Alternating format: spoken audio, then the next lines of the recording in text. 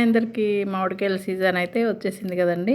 అంటే అంతగా పచ్చడి పెట్టేంత రాలేదు కానీ కొన్ని అయితే మామిడికాయలు అయితే వచ్చాయి కదా, పుల్ల మామిడికాయలు. నేను అవి వచ్చినప్పుడైతే ముక్కల పచ్చడి అయితే ఇలా పెడతానమాట. మామిడికాయ పచ్చడి అంటే చాలా ఇష్టం. పెరుగన్నంలోకైనా టిఫిన్స్లోకైనా తినొచ్చు అనేది కొంచెం పెడతాను ఇట్లాగా మామిడికాయ సీజన్ వచ్చినప్పుడు. అలా నేను ఒక 2 మామిడికాయలతో అయితే పచ్చడి అయితే పెట్టానండి. చాలా బాగుంటుంది. మామిడికాయ ముక్కల పచ్చడి నేను ఎలా పెట్టానో చూపిస్తాను. నేను ప్రతి సంవత్సరం పెడతాను ఇలా మామిడికాయలు వచ్చినప్పుడు. ముందుగా అయితే తాలింపు అయితే రెడీ చేస్తున్నానండి. ఎందుకంటే మనం మామిడికాయ ముక్కలు కట్ చేసి ఇవన్నీ కొంచెం టైం పడుతుంది కదా.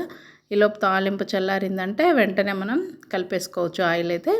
నేను ఏ కప్పుతో అయితే మెజర్మెంట్ మామిడికాయ ముక్కలు తీసుకున్నాను అదే కప్పుతో ఆయిల్ అయితే తీసుకున్నాను. దాంట్లో కొంచెం కరివేపాకు అలాగే ఎండుమిర్చి ఎల్లిపాయలు వేసి తాలింపు అయితే రెడీ చేసి పెట్టానండి.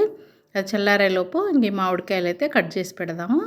నేను 2 మామిడికాయలు అయితే తీసుకున్నాను. మీడియం సైజు మామిడికాయలు బాగా పుల్లగానే ఉన్నాయి ఇవి.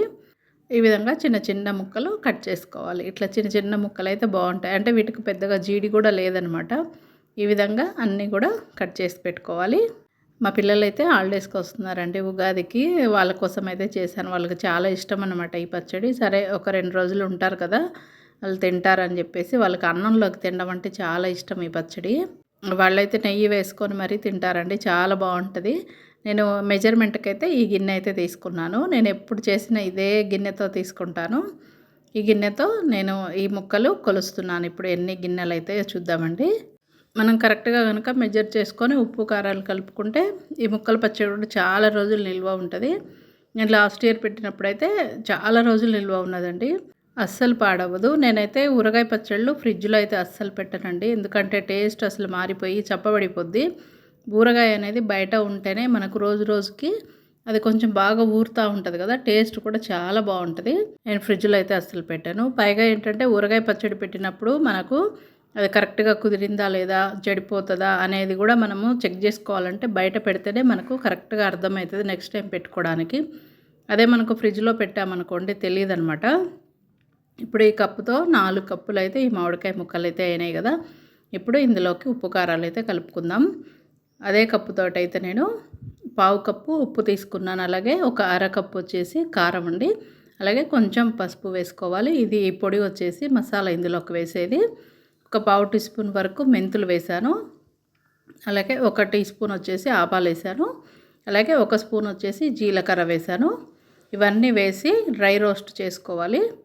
అలాగే ఇలాగ నేను దంచానండి, మిక్సీ పట్టలేదు. ఈ విధంగా దంచి పెట్టుకున్నాను. ఈ పొడిని కూడా ఇందులో మొత్తం వేసి బాగా కలిపేసుకోవాలి.